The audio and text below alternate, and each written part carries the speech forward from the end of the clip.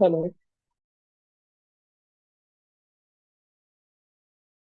आवाज नहीं आवाज नहीं आ रहा इसका।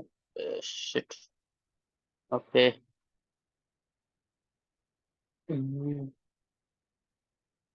फिर से स्टार्ट करते हैं हम लोग। ठीक है, कौमार भूत्य तंत्र।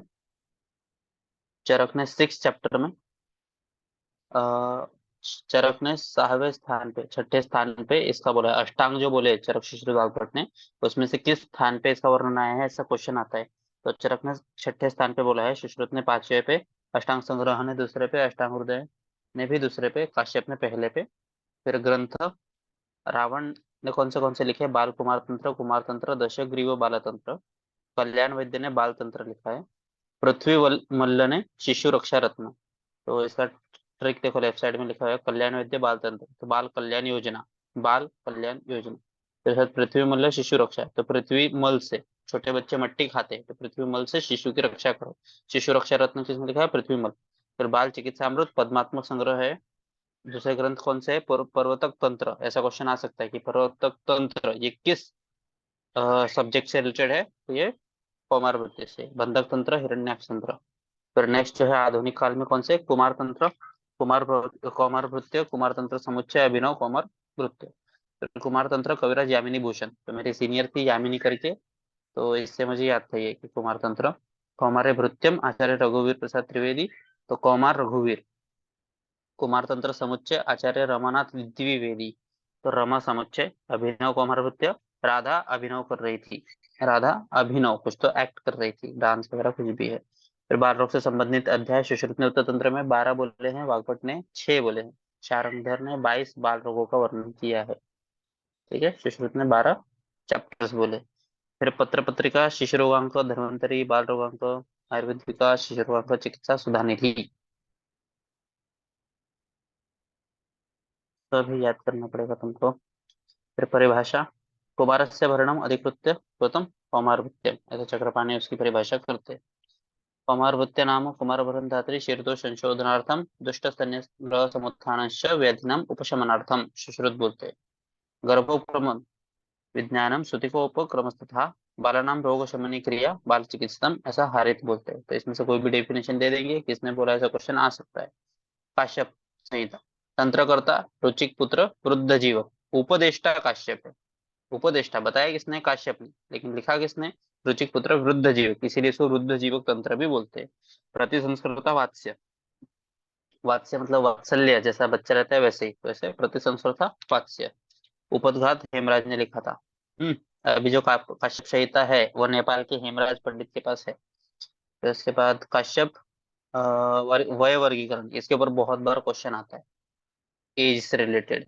हम्म। फिर काश्यप ने क्या बोला है? यौवन, जो इसमें गर्भ बाल कुमार, गर्भावस्था में, बाल 1 वर्ष तक और कुमार 1 से 16 वर्ष तक। काश्यप का सबसे इंपॉर्टेंट है, इसको याद ही रखो।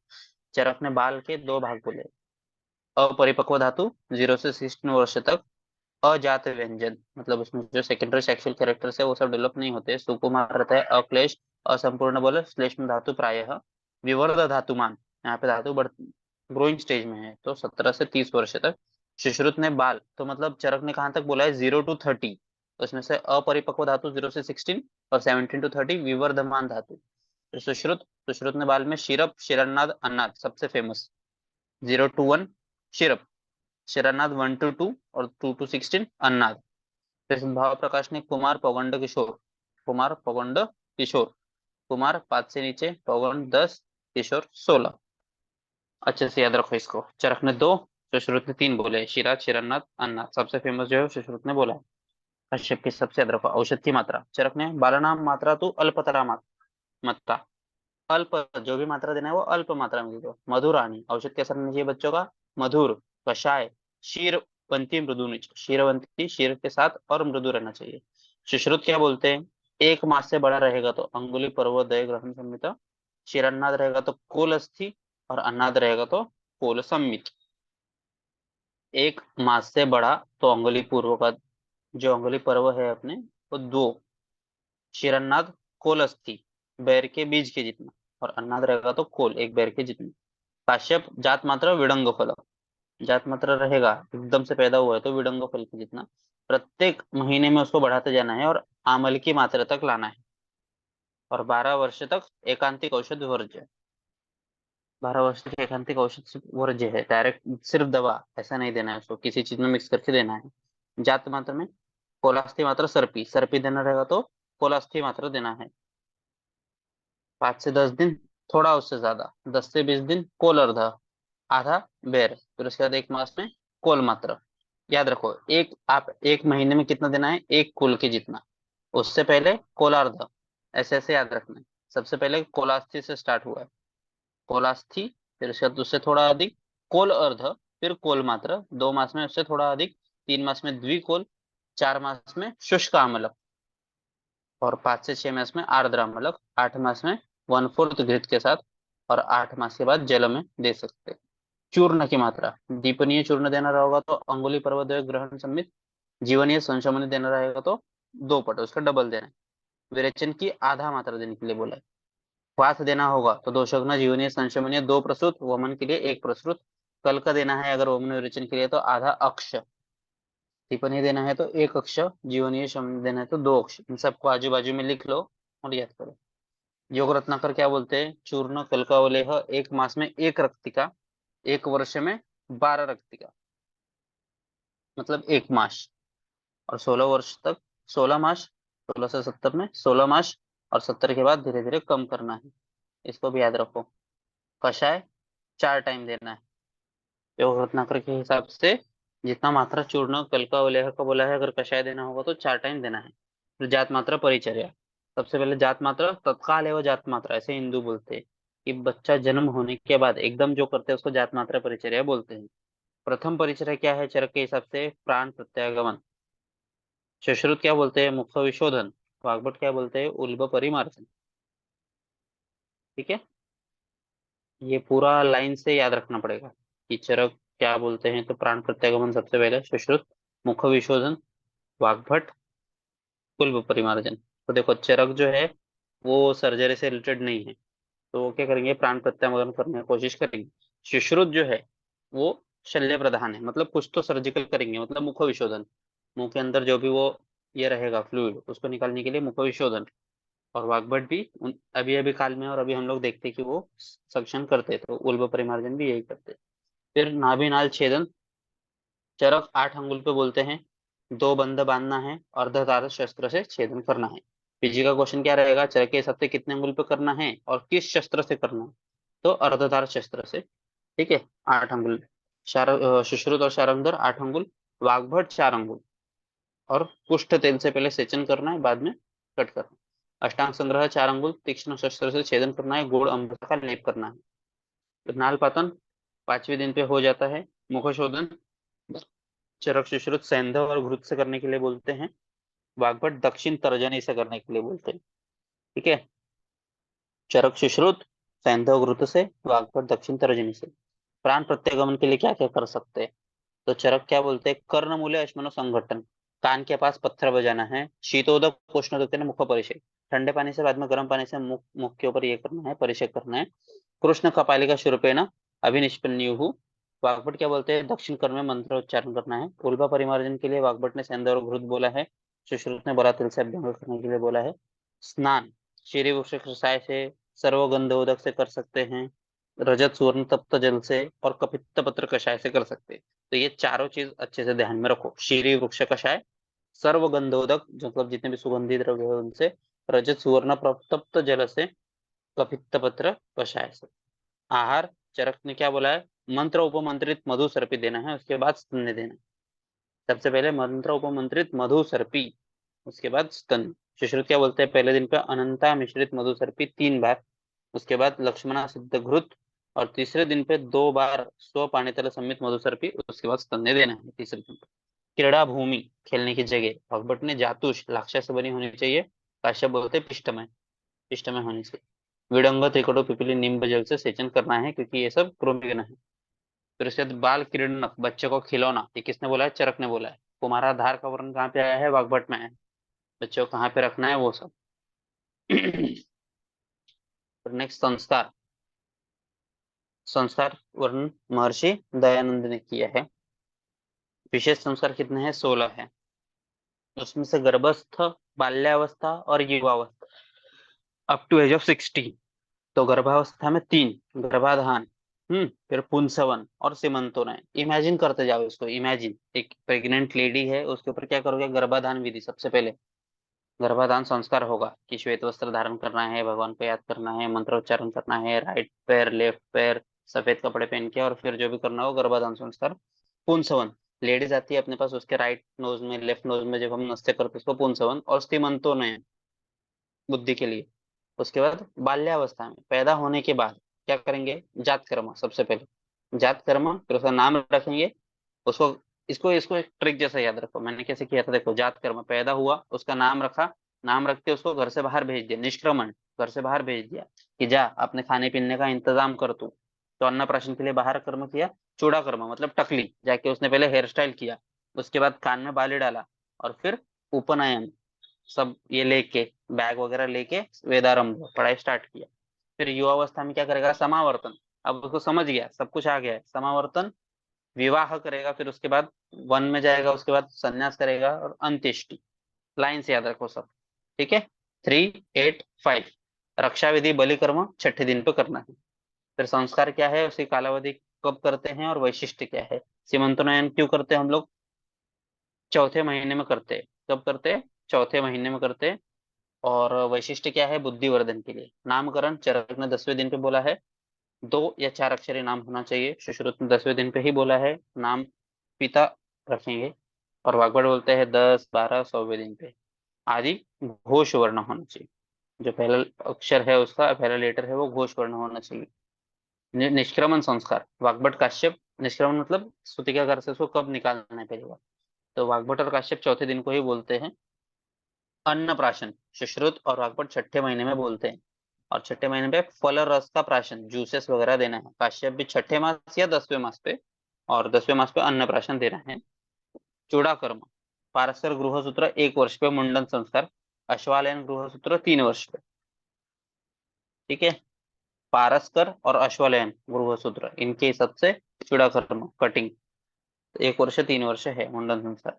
कर्णवेधन, सुश्रुत ने 6ठे 7वें महीने में, वाग्भट ने 6ठे 7वें 8वें महीने में, कात्यायन ने 3रे 4थे महीने में। शिशिर ऋतु में करना है, ये इंपॉर्टेंट है। शिशिर ऋतु में करना है, शुक्ल पक्ष में करना है। क्यों करना है वो? रक्षा भूषण निमित्त, रक्षा के लिए और भूषण, ठीक है। और आरा शस्त्र से वेदन करना है। क्वेश्चन आता है ये, किस शस्त्र से करना है? आरा शस्त्र से।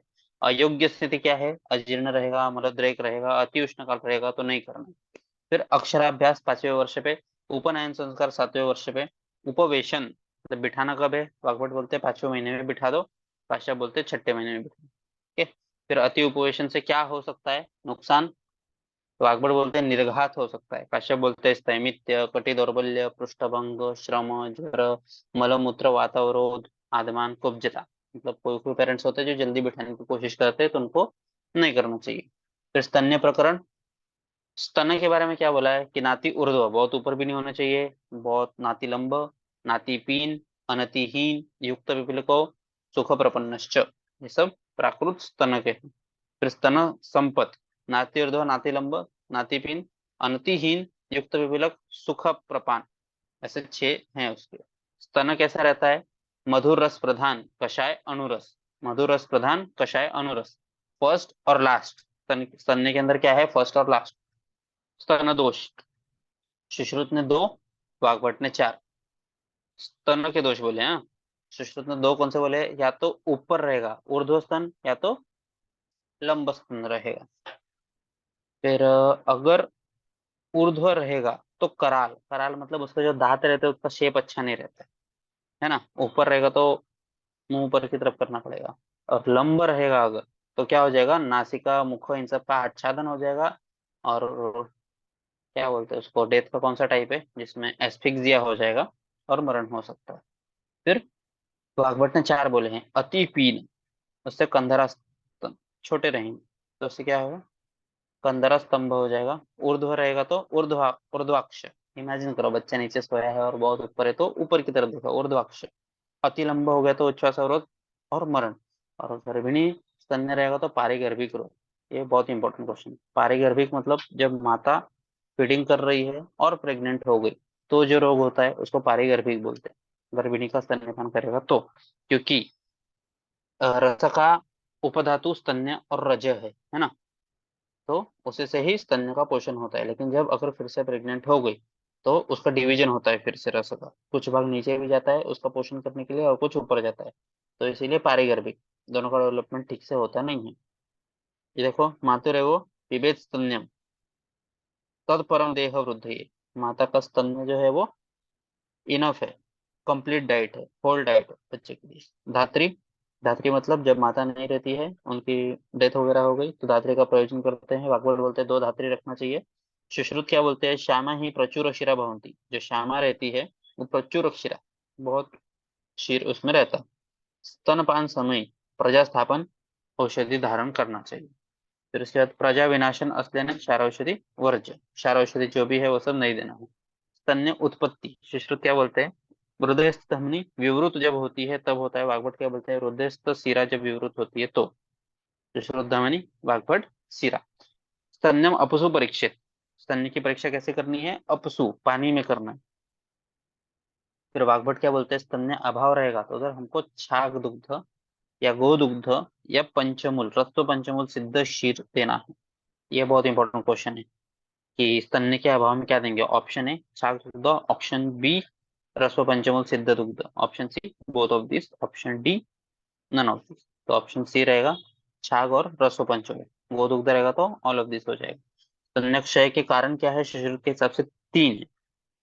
क्रोध, शोक, अवात्सल्य अभी के लोगों में देखने को मिल रहा है। काश्यप 2 ही बोलते हैं, शोधन और स्वभाव। स्तन्य जनन गण वीरनशाली षष्टिक इक्ष्वालिका द्रवकोश काशक गुंद इटक कर्तृन्मुख। फिर नेक्स्ट काश्यप, सीधु वर्जित जो मध है, मध्य है, वो अच्छा है इसके लिए, स्तन्य के लिए। सिद्धार्थक वर्जित शाक देना है और वराह माहिष वर्जित मांस देना है। इसको अच्छे से याद रखो, सीधु वर्जित मध्य, सिद्धार्थक वर्जित शाक, वराह माहिष वर्जित मांस। योग रत्नाकर क्या बोलते हैं, स्तन्य वर्धनार्थ वज्र कांजिक देना है। मोरट और पीयूष कोलोस्ट्रम। हारित ने सद्य प्रसूता का शीर बोला है। दलहन क्या बोलते हैं, प्रसूति पासून 1 सप्ताहापर्यंतचे शीर, प्रसूति से लेके 1 सप्ताह 7 दिन तक जो मिल्क होता है उसको मोरट या पीयूष बोलते हैं। रावण तंत्र, गर्दभी शीर बाल रोग प्रतिबंधक है ना। जो गर्दभी मतलब गाढ़व का दूध जो है वो बाल रोग प्रतिबंधक है। विशेषतः शीतला व्याधि प्रतिबंधक, विशेषतः शीतला करके जो व्याधि है मीजल्स वगैरह उसका प्रतिबंधक है गधे का दुग्ध, गधी का। तो स्तन्य अपनयन कब करना है, काल। वाग्भट क्या बोलते हैं, जात दशन। वाग्भट का एकदम मस्त है, जब दांत निकल गए तो बंद करो। इंदु 1 वर्ष, इसके ऊपर भी क्वेश्चन आता है दोनों में से। प्रसवकालीन व्याधि क्या क्या हो सकता है, प्रसवकालीन ड्यूरिंग डिलीवरी, उपशीर्षक सर के ऊपर जो स्काल्प है उस पर ट्रॉमा होकर उपशीर्षक हो सकता है। वाग्भट ने बोला है इसको। ये सब अभी तुम लोग क्या करना है, ये जितने भी डिजीज आएंगे एक साइड में, एक कॉलम में उसके डिजीज का नाम, उसके बाजू में उसका हेतु, उसके बाजु में उसके लक्षण, उसके बाजु में उसकी चिकित्सा। तो अभी ये देखो, उपशीर्षक में हेतु कपालगत वात दृष्टि होती है। लक्षण सवर्ण निरुजिशो, रोजा नहीं रहेगा, खाली सवर्ण और स्वेलिंग रहेगा। पक्व हो गया तो विद्रति की जैसे चिकित्सा करनी है। पक्व हो गया तो किसकी जैसे चिकित्सा करनी है, ऑप्शन ए ग्रंथि, ऑप्शन बी विद्रति, ऑप्शन सी विसर्प, ऑप्शन डी कुछ भी आ जाए। तो विद्रति की जैसा। उल्बक, उल्बक को ही अम्बुपूर्ण बोलते हैं, सहज व्याधि है। इसमें से कौन से व्याधि सहज व्याधि है, उपशीर्षक, उल्बक, मातुलंगाशय, नाभिशोथ। तो उल्बक। फिर ये स्रोतो विशोधनार्थ, इसके स्रोतों के विशोधन के लिए क्या देना है हमको, छागमूत्र, बकरी का मूत्र देना है। फिर स्नान उसको अभ्यंग वर्ज्य है उसको, और स्नान वर्ज्य है। वाग्भट क्या बोलते हैं, बिलवादी गुरुत का प्रयोग करो, वेरी इंपॉर्टेंट। बिलवादी गुरुत किस में आया है, ओलबक व्याधि में है। फिर नाभिनाल कर्तन जन्य व्याधि, हेतु क्या है उसके, असम्यक नाभिनाल कर्तन।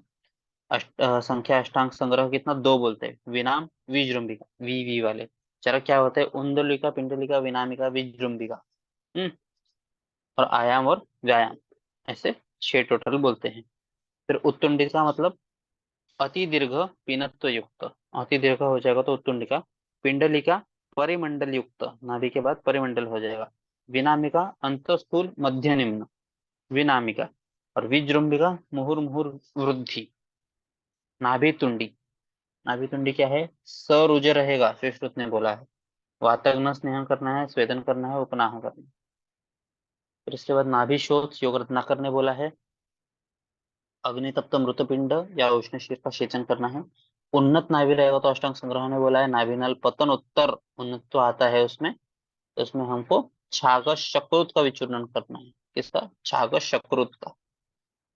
फिर नाभि कुंडल, रसरत्न समुच्चय ने बोला है अश्वत्थ पंचांग तेल से लेपन करना है। देखो सब नाभि नाभि वाले एक जगह कर लो, नाभि तुंडी, नाभि शोथ, नाभि कुंडल, ये सबको किसने बोला है? याद रखो, नाभि कुंडल रसरत्न समुच्चय अश्वत्थ पंचांग तेल से लेपन करना है। मातुलंगशय सुश्रुत ने वात प्रधान बोला है। पर्याय तालुपात, तालु नमन। लक्षण तालुअस्थि नमन, तृष्णा, दैन्य। पांगुल्य जन्म बल प्रवृत्त व्याधि है ये। हमने सहज व्याधि देख लिया, क्या था? उल्बक। अभी जन्म बल प्रवृत्त क्या है? पांगुल्य, त्रिदोष जन्य से होता है। त्रिदोष जन्य शीर के सेवन से होता है, वेरी इंपॉर्टेंट है। कर्णवेधन के उपद्रव कितने हैं? कश्यप ने दो बोले हैं, आम छेद और कुवेद। अच्छे से छिद्र नहीं हुआ होगा या कुवेद जहाँ पे करना चाहिए उसको छोड़ के दूसरी जगह पे, तो ही बोला। सुश्रुत ने कलिका मरमरिका लोहित का सिरावेद होगा। कमल, कलिका मरमरिका लोहित का, कमल। सिरावेद कलिका से क्या तो क्या हो जाएगा? ज्वर दाह शोथ वेदन। मरमरिका पे अगर हो गया, ये जो तीन सिरा है वो कान में रहता है, इनके ऊपर वेद हो गया तो ये सब लक्षण देखने को मिलेंगे। मरमरिका वेदना ज्वर ग्रंथि, और लोहितिका मन्यास्तंभ, अपतानक, शिरोग्रह, कर्णशूल। MASK, mask. एम से मन्यस्तंभ, जैसे अपतानक, जैसे शिरोग्रह, जैसे कर्णशूल, लोहितिका के ऊपर। दुष्ट स्तन्य जन्य व्याधि अभी। वात दुष्ट स्तन्य कितने बोले हैं? 8 टाइप के बोले हैं ना। वैरस्य फेन संघात, रोक्ष, वर्ण, दौर्गंध्य, और कफ से स्नेह, पैच्छिल्य, गौरवात। तो दुष्ट स्तन्यजन्य व्याधि, वात दुष्ट में 3 टाइप है। वैरस्य टेस्ट ही नहीं रहेगा, या तो फेन संघात हो सकता है, या तो रोक्ष्य। तो वो उस टाइप का स्तन्य पीने से क्या होगा? वैरस्य पिएगा तो कृशांगता, इमेजिन करो, टेस्ट ही नहीं है तो बच्चा पिएगा ही नहीं और पतला हो जाएगा। फेन संघात उसमें फुफ्फुस ये है, फेस है, तो श्यामस्वर, बद्ध मलमूत्र, और पीनस और वातित शिरोर। रोक्ष्य है, रोक्ष्य है मतलब स्नेह नहीं है, स्नेह नहीं है मतलब बल नहीं होगा तो बल हानि।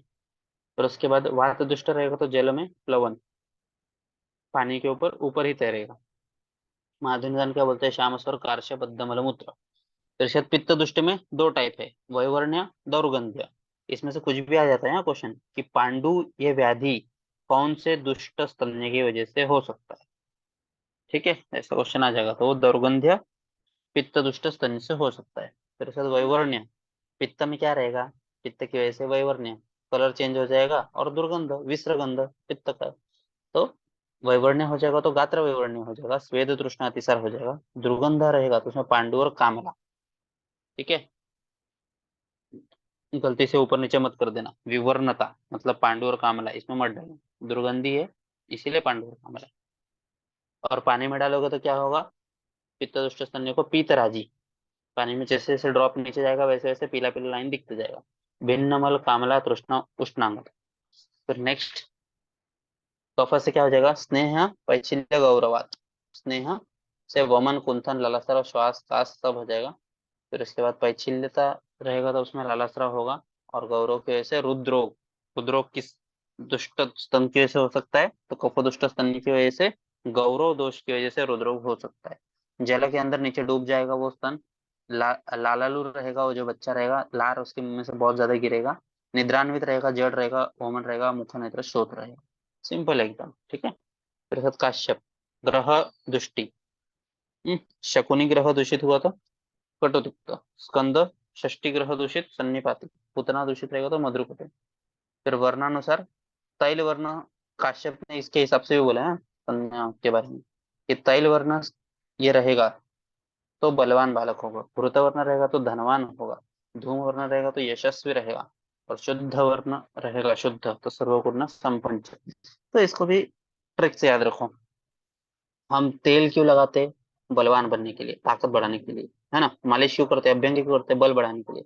घृतवर्ण जिसके पास घी है, घी बहुत महंगा है, A2 घी बहुत महंगा है, धनवान, तो धनवान लोगों के पास ही घी होता है। धूम वर्ण यशस्वी, तो टीवी सीरियल में देखा होगा तुमने, जो जीत जाता है उसको धूम के बीच में उसकी एंट्री होती है। तो जो यशस्वी होते हैं धूम वर्णी, धुएं के बीच में एंट्री होती है। फिर उसके बाद शुद्ध, और शुद्ध रहेगा तो सर्वगुण संपन्न। इमेजिन, इमेजिन करना है खाली। तैल वर्ण बलवान, घृत वर्ण धनवान, धूम वर्णी यशस्वी, शुद्ध सर्वगुण संपन्न। ठीक है। फिर उसके बाद नेक्स्ट, रस के अतिसेवन। मधुर रस का अधिसेवन किया तो बहु मलमूत्र होगा, कषाय का किया तो बद्ध मलमूत्र होगा। गुरु पिच्छिल शीर लिया तो बालक शोष हो जाएगा, क्योंकि वो स्रोतोरोध करेगा। त्रिदोष तन्य दृष्टि रहेगा तो धात्री और बालक को दोनों को पहले वमन देना है। त्रिदोष तन्य दृष्टि में क्या करना है, दोनों को वमन देना है। फिर उसके बाद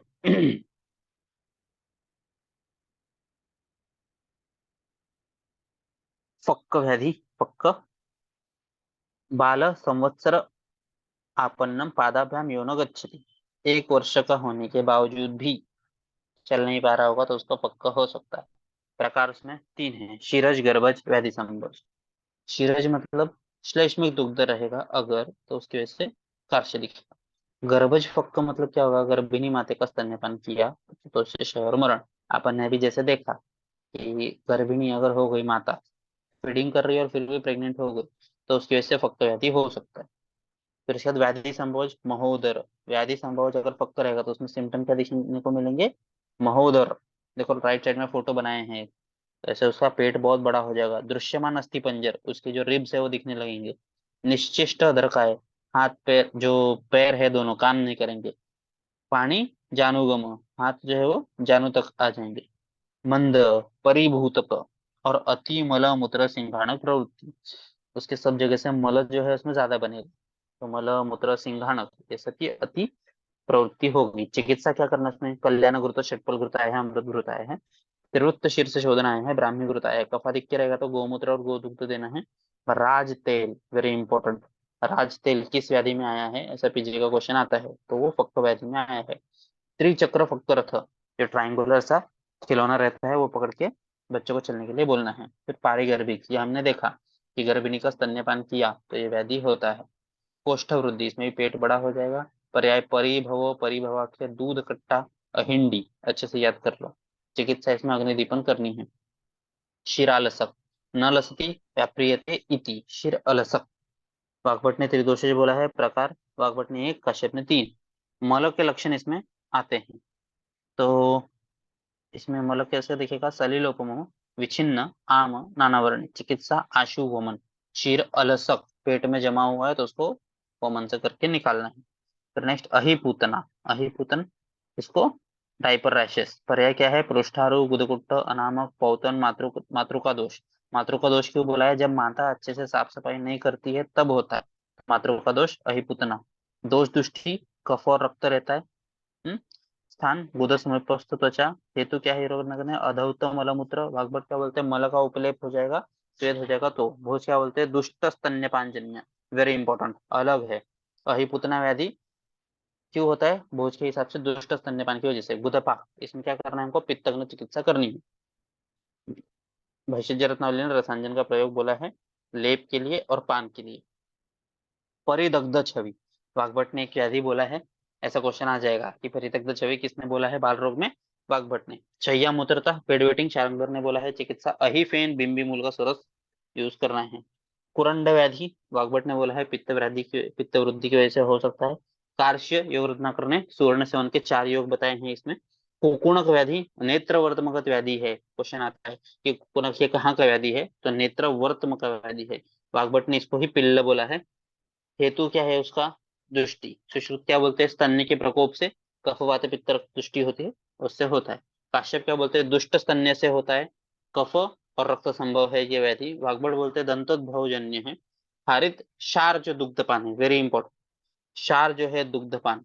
हारित ने 5 शीर दोष बताए हैं ना, तो उसके हिसाब से उसमें जो क्षार है, क्षार दुग्ध, उसकी वजह से कुकुणक व्याधि होता है। चिकित्सा क्या है, कोकिला लोहितिका गुटिका।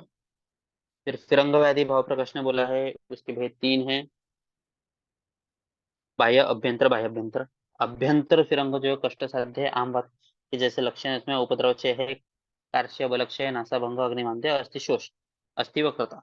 बाल शोष हेतु क्या है? दिवास्वाप, शीत जल सेवन, कफज स्तन्यपान। जो जितने भी स्तन्यपान कौन से दोष की वजह से हो रहे हैं उसको ध्यान में रखो। बाल शोष में क्या आया है? कफ स्तन्यपान। बाल शोष मतलब वातज स्तन्यपान ऐसा नहीं है, कफ स्तन्यपान आया है बाल शोष में। कफ से रसवह स्रोतों का अवरोध होता है। आजकल अपने को ये पेशेंट देखने को मिलता है बहुत बार। ये छोटे बच्चों के लिए नहीं, एडल्ट्स के लिए भी है, तो ये ध्यान में रखो कि कफ सब संतर्पण कर रहे हैं फिर भी दुबले पतले हैं, तो उसमें हमको पहले स्रोतोरोध का नाश करना है। स्निग्ध शुक्र मुख नेत्र हो जाएगा। चिकित्सा क्या करनी है उसमें? सुधा शतक योग करना है, बाल पंचभद्र अरविंदासों का प्रयोग करना है। अरविंदासा एक ऐसा औषध है जो सब बच्चों में हर व्याधि में यूज कर सकते हैं। तालुशोष वात पित्तात्मक है। लक्षण तालुदरण, तालुशोष, श्वास विस्फोटक, पित्त रक्त, अग्निदग्ध निभ, ज्वर रहता है। माधव निदान ने स्वतंत्र वर्णन किया है। भेद 8 है। राजिका अति घर्म से जो होता है वो राजिका। राजिका वर्ण पीड़िका रहती है। शोधन उस पर लेप किस पे करना है? अपा शर्करा, मुर्वा, कंटक शर्करा। पश्चाद्रुज इसका वर्णन वैशिष्ट्य रत्नावली ने किया है। पित्त प्रकोप की वजह से होता है। लक्षण जलव का उदरवत शोथ, ये अलग से आया है, तो इसको पश्चाद्रुज जलव का उदरवत शोथ किस व्याधि में देखने को मिलता है? पश्चाद्रुज में पीत मलवृत्ति होती है। अभी क्वेश्चन आता है कि हरित पीत मलवृत्ति ये किस व्याधि में होता है? तो ये पश्चाद्रुज में होता है। और कहाँ पे देखा हमने मल के बारे में? और एक डिजीज था जिसके अंदर नानावर्णी आम मल होता है। किसमें होता है? क्षीर अलसक में होता है। ठीक है, और एक दो व्याधि है जिसके अंदर मल के बारे में आया है, उसको ध्यान में रखना, अलग से लिख लेना। तालुकंटक वर्णन वाग्भट ने किया है। ठीक है, फिर कफ प्रकोप लक्षण उसमें तालु निम्नता आ जाती है, ग्रीवा, दुर्धरता, वमन। चिकित्सा तालु उत्क्षेप करना है, यवक्षार मध का प्रतिसारण करना है। खंडौष्ठ वात प्रदान है, खंड तालु वात पित्त प्रदान है। खंडौष्ठ ओठ, तो खाली वात की वजह से, और अंदर का जो तालु है वात और पित्त, सुश्रुत ने बोला है। दंतोत्पत्ति ये पितृज भाव है, अस्थि का मल है। दंत जो है अस्थि और रोचक अस्थि है, संधि उलूखल है, संख्या 32। दंतोद्भव 8वें महीने में दीर्घायु बालक में। वाग्भट क्या बोलते हैं? गर्भ में रक्त से दंत की उत्पत्ति होती है। अधोदंत प्रथम पहले उत्पन्न होता है और वो श्रेष्ठ है, नीचे के दांत पहले उगते हैं। दंतोद्भेद अवस्था 3 है। NMU निषिक्त, मूर्तिमान, उद्भेद। निषिक्त, मूर्तिमान, उद्भेद। तो दंत्र सकृत जात 8 है। और द्विज मतलब जो फिर से निकलते, मतलब सेकेंड टाइम निकलते। परमानेंट टीथ, पहले मिल्की टीथ और परमानेंट, तो 24 है वो। अप्रशस्त दंत 5वें महीने में जो होता है वो। कौन से 5 प्रकार के अप्रशस्त दंत? हीन, उलबन, कम दांत, ज्यादा दांत, शीत एकदम सफेद, अशीत, अपरिभक्त, अप्रविभक्त बंधन मतलब मसूड़ों का अलग होना, अलग अलग दिखेगा, वो अच्छा नहीं दिखता है। दंत के नाम कैसे? राजदंत, बस्त, दंष्ट्र, हानव्य। राजदंत्र, बस्त, दंष्ट्र, हानव्य। दंत दोष 8 है। सदंत जन्म, पूर्वोत्तर दंत जन्म, विरल दंत, हीन दंत, अधिक दंत, कराल, विवर्ण, स्फुटित। ठीक है, फिर इसका दंत जन्म 4। सामुद्ग, स्फुटित, संवृत्त, मलिष्ठ, विवृत्त, विवर्ण, नित्यलालोपहित। तो सामुद्ग जो है वो स्फुटित उसके दंत रहते हैं। संवृत्त, संवृत्त, मलिष्ठ और विवृत्त, नित्यलालोपहित। दंत संपत्ति के 10 गुण है। पूर्णता, समता, घनता, शुक्लता, स्निग्धता, शुष्कता, निर्मलता, निरामयता, किंचित उत्तरोत्तरता, दंत बंधन, समत्व। दंत के बीज 4थे महीने में अधिदंतक, दंतक्षय।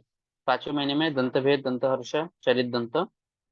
6ठे महीने में जो उत्पन्न होते वो मलिन होते, विवर्ण होते, वक्र होते, घूर्ण दंत। घूर्ण दंत मतलब जिसमें कीड़े होते, कब होते? 6ठे महीने में। 7वें महीने में द्विपुट, द्विपुट दंत ये कब होते? तो 7वें महीने में। रेखायुक्त खंड दंत। 8वें महीने वाला दंत संपत, 8वें महीने में जो होता है वो दंत संपत। सदंत जन्म, नैगमेश ग्रह की पूजा करनी है उसमें। नेक्स्ट, दंतोत्पत्ति कुमारी में आशुतर, जो लड़की होती है उसमें जल्दी होती है। अल्प बाधा, कम तकलीफ होता है। शिशिर और मृदु दंत होते हैं। कुमार में अगर हुआ तो प्रकृष्ट काल, थोड़ी देर के बाद। बाधा बहुत, तकलीफ बहुत ज्यादा। और घन स्थिर दंत होते हैं। दंतोद्भवजन्य व्याधि कौन से वाग्भट ने? पृष्ठभंग बिड़ालनम, बरिणाम शीघ्र में दंतोत्पत्ति बालनम, न ही किंचित न दूयते। मतलब इतनी पीड़ा होती है, जैसे बिड़ाल का पीठ टूट गया हो, बरखी मोर का जब शिखी आता हो, तो वैसे ही बच्चों में जब दांत आता है तो इतना तकलीफ उसको होता है। दंतोद्भेजश्च सर्व रोगायतनम। बच्चे आते हैं अपने पास, पेरेंट्स आते कि इसको ये हो रहा है और सब बीमारी हो रही है, तो हमको इतना पता नहीं चाहिए इसके दांत आ रहे हैं क्या, ये ध्यान में रखना है। संख्या अष्टांग हृदय ने 8 बोली है, अष्टांग संग्रह ने 12। चिकित्सा दंतोद्भवेषु रोगेषु न बालम अति यंत्रयेत स्वयं उपशाम्यति जातस्य दंतस्य यद्गदाह। जब दांत निकल जाएंगे तो अपने आप सब शमन हो जाएगा, तो उसमें अति चिकित्सा देने की जरूरत नहीं है। दंतोद्भेद गंतक रस उसके दांत पे हृदय पे घसना है, वैसे जी रत्नावली ने बोला है। उसमें भावना किसी है, दुग्ध की है, मात्रा कितना है, एक वाला दंत घर्षण का उपयोग करना है। बाल ग्रह, ये अलग से बहुत ज्यादा इंपॉर्टेंट पॉइंट है, इसको अच्छे से याद करो। संख्या और नाम चरक ने बाल ग्रह का पृथक वर्णन अलग से वर्णन किया नहीं